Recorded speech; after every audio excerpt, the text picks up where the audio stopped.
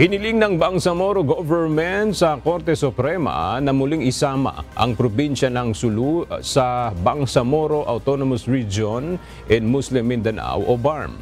Ayon sa Bangsamoro Government, naghain sila ng mosyon sa Supreme Court para sa hiling na intervention sa kaso upang mailatag ang kanilang pleadings at mga dokumento. Ang hakbang ay kasunod ng desisyon ng Supreme Court na pagtibayin ang legalidad ng Bangsamoro Organic Law o BOL at ang paghiwalay ng Sulu sa rehiyon.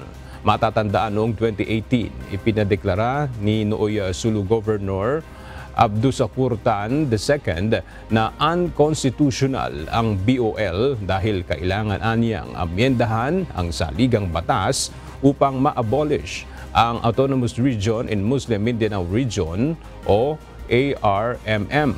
Giit ng Bangsamoro Government, hindi pa final and executory ang nasabing desisyon at hindi pa naman nabubuo ang rehiyon ng matalakay ang kaso, kaya umaasa silang pagbibigyan ng kataas-taasang hukuman ang kanilang mosyon.